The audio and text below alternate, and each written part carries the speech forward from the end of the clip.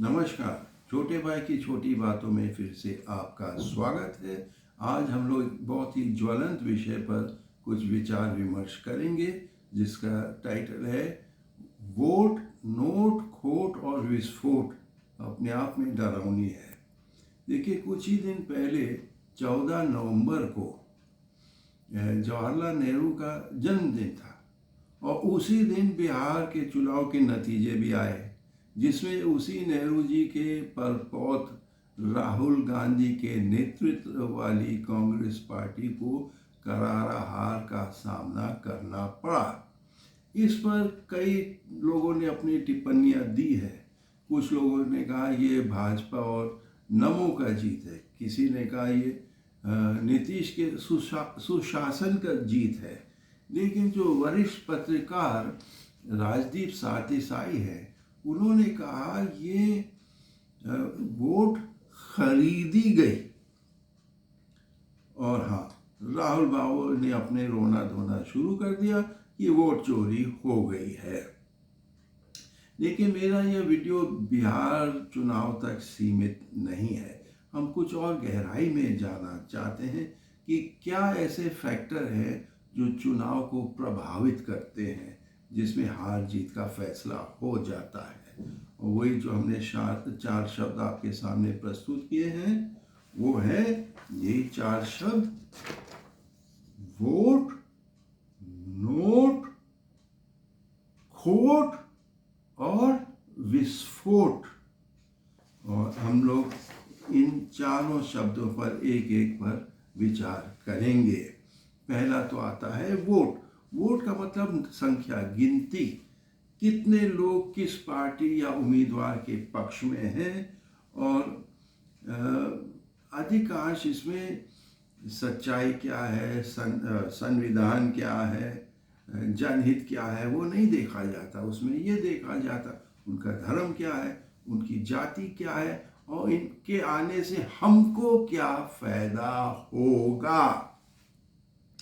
तो अब मैं कुछ इस पे और गहराई में जाऊंगा कि इस चक्कर में क्या होता है। अच्छे लोग, भले लोग, सक्षम लोग दरकिनारे हो जाते हैं, क्योंकि सोचा जाता है इनको कौन वोट देगा। और जो पार्टी है वो भी जिताऊ कैंडिडेट को ढूंढते हैं उनके धर्म और जाति के आधार पर, चाहे वो अपराधी ही क्यों ना हो। और मुझको लगता है ये हमारे लोकतंत्र की सबसे कमज़ोर कड़ी है, जब हम लोग सही उम्मीदवारों का चयन नहीं कर पाते हैं।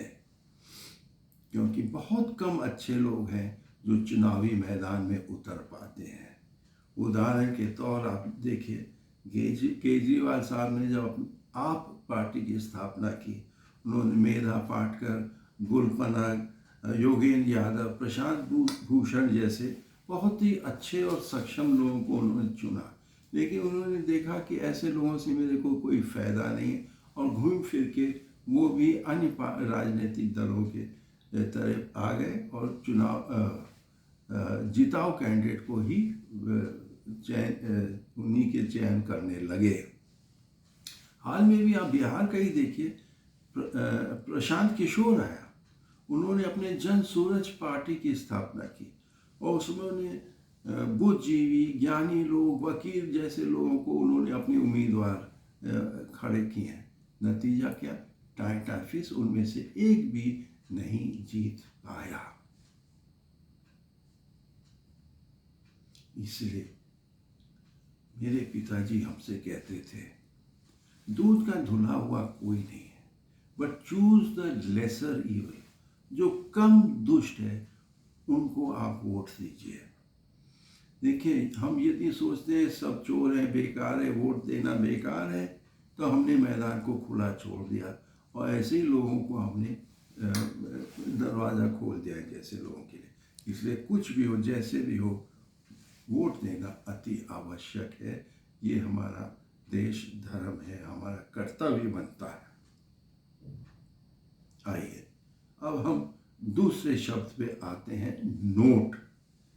या पैसा है। पैसे का बड़ा खेल होता है। बिहार में भी जो राजदीप ने कहा, देखिए वहाँ चुनाव के दरमियान 10-10 हजार रुपये महिलाओं के खाते में डाला गया। और बड़ी चतुराई से कहा गया ये पूर्व के तय हुए योजना थी। पूर्व क्या, चुनाव से 10-15 दिन पहले योजना बनी, 10-10 हजार सबको बांटे, नतीजा क्या, एक तरफा फैसला हो गया। और इनको क्यों दोषी ठहराए? ये हर पार्टी में कहीं ना कहीं इस तरह का नोट या चीज़ों का वितरण होता है। कई जगह होता है कि चुनाव की संध्या, पूर्व संध्या पे शराब बांटा जाता है। दक्षिण भारत में फ्रिज और टीवी तक बांटे जाते हैं, सोने के चेन भी बांटे जाते हैं। और जब हम कुछ वर्ष पहले अरुणाचल प्रदेश गए थे, वहाँ हमको लोगों ने बताया हर वोट के लिए एक 2 व्हीलर दिया जाता है। और आश्चर्य की बात ये नहीं होना चाहिए कि वहाँ का जो मुख्यमंत्री जो ट्राइबल हैं, भाजपा के ही हैं, वो 332 करोड़ संपत्ति के मालिक बताए जाते हैं। तो ये भी इसी से छिपी नहीं है कि किस पार्टी के पास सबसे अधिक पैसा है। तो नोट का असर तो पड़ता है। ना खाऊंगा ना खाने दूंगा, ये महज एक चुनावी जुमला रहा। किसी भी व्यापारी या उद्योगी से आप पूछें कि भैया सरकारी रेट, अरे यार मत पूछो, आसमान छू रहे हैं। यदि आप किसी ठेकेदार से पूछेंगे, वो कहेंगे भैया इस समय 30% का रेट चल रहा है, पहले 30% जमा करो, वो भी नगद, तब आपको अपना पेमेंट मिलेगा। और यही कारण है कि नव निर्मित जो है सड़क या पुल टूट भी जाते हैं और ढह भी जाते हैं। तो ये जो नोट का खेल है बहुत ही खतरनाक है। आइए अब हम चलते हैं तीसरे, वो है खोट या बेईमानी, जो अप्रत्यक्ष है। लेकिन ये जो खोट का सबसे बड़ा हथियार राजनीतिक दलों के हाथों में है, वो है झूठ या अफवाह फैलाने का, लोगों को डराने का। इस डराने में लव जिहाद होता है, धर्म परिवर्तन होता है, या सनातन धर्म खतरे में है, मेरे अंचल में आओ, मैं ही तुमको बचा सकता हूँ और देश को सुरक्षित और समाज को सुरक्षित रख सकता हूँ। ये बहुत ही सफल योजना है और इंदिरा गांधी ने भी अपने कार्यकाल में इसका इस्तेमाल किया। जब कभी उनको लगा कि मेरा सिंहासन हिल रहा है, उन्होंने दिखाया विदेशी हाथ, विदेशी हाथ, बच के रहो, विदेशी हाथ हम लोगों पे हमला कर रहा है। तो ये हवा, ये कौवा बहुत ही खतरनाक है, जिसको हम लोग खोट कहते हैं। और चौथा जो सबसे खतरनाक और जहरीला है, वो है विस्फोट। चाहे विस्फोटक भाषण हो या विस्फोटक घटना हो।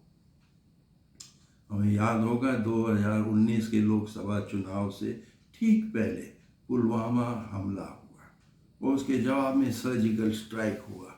लेकिन आज तक हमको ये कोई नहीं बता पाया कि ये कैसे हो पाया और क्यों हो पाया या होने दिया गया, अनदेखी की गई। और हाँ, अभी हाल में बिहार चुनाव के पूर्व संध्या पे लाल किले पे विस्फोट हो गया। अब सोचने का हमको मजबूर करता है कि 20 दिन पहले कश्मीर में पता चला कि कोई बड़ा खेला होने जा रहा है, तमाम डॉक्टर को आपने अरेस्ट किया और कई क्विंटल विस्फोटक बरामद हुए, उन सब के बावजूद विस्फोट हो गया। ये मेरे गले नहीं उतरता है। तो क्या इसमें भी ऐसा तो नहीं कि ये अनदेखी की गई? और मैं ये कहूँगा, राजनीतिक शतरंज में आम आदमी महज एक मोहरा है जिसकी बलि चढ़ाई जा सकती है। मैं इस बात को दोहराऊंगा, राजनीतिक शतरंज के खेल में आम आदमी महज एक मोहरा है जिसकी बलि चढ़ाई जा सकती है।